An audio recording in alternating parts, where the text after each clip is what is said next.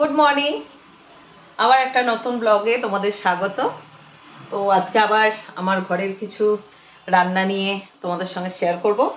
তো কথা হচ্ছে, প্রচণ্ড ঠান্ডা, বাইরে প্রচণ্ড ঠান্ডা, চারিদিকে সব আগুন টাগুন পোয়ানো শুরু করে দিয়েছে। তো যাই হোক, আমিও রান্না করছি, বেশ গরম গরম এটা লাগছে, বেশ ভালোই লাগছে। অলরেডি আমি এই দেখো কড়াই অলরেডি বসিয়ে দিয়েছি, ভাপ উঠছে, ওইদিকেও একটা রান্না হচ্ছে। তো কথা হচ্ছে যে দেখাবো, তোমরা জানো কিনা জানি না, এই মাছটা হচ্ছে সাটিন মাছ।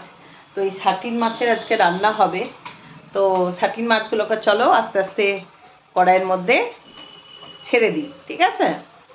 তো এই যে কড়াইয়ের মধ্যে আমি ছাড়তে শুরু করে দিই, দিয়ে দিই সাটিনগুলো। এই যে অলরেডি শব্দ পাচ্ছ, তো ছাড়া হয়ে গেল তিনটে চারটে। তো সাটিনটা অলরেডি হতে থাক। আর এইদিকে এই যে তোমাদের সঙ্গে একটু শেয়ার করি, এদিকে ফুলকপি, আলু আর পেঁয়াজকলি দিয়ে এটা একটা ভাজা ভাজা এই যে করছি। দেখো অলরেডি ধোঁয়া হচ্ছে, বুঝতে পারবে দেখে। আর আর একটা শেয়ার করি, এই যে অল্প একটু ডাল বানিয়ে রেখেছি, এটা নিত্য নৈমিত্তিক করতেই হয়, এই ডাল করা হবে। আর এই যে করলা অলরেডি সেদ্ধ করে রেখে দিয়েছি, করলা সেদ্ধ করা হবে, মানে মাখা খাওয়া হবে নুন তেল দিয়ে মেখে। আর এই যে মাছ হবে, আর একটুখানি আর একটা দেখাতে ভুলে গেছি, সেটা হলো এই যে শিম বাটা। তোমাদের কার কার ভালো লাগে শিম বাটা একটু জানিও।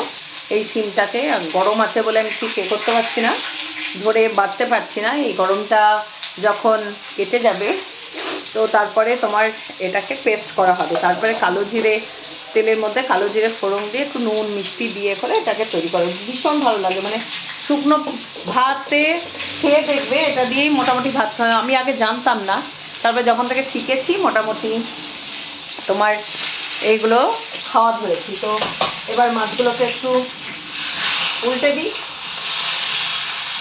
ঠিক আছে বন্ধুরা, সাথে থাকো। এই যে দেখো, আর বলো তোমরা কোথায় কোথায় কি ঘুরছো, কোথায় যাচ্ছ, একটু শেয়ার করো। এই যে আমার মাছ ভাজা হচ্ছে, এরপর তৈরি হবে।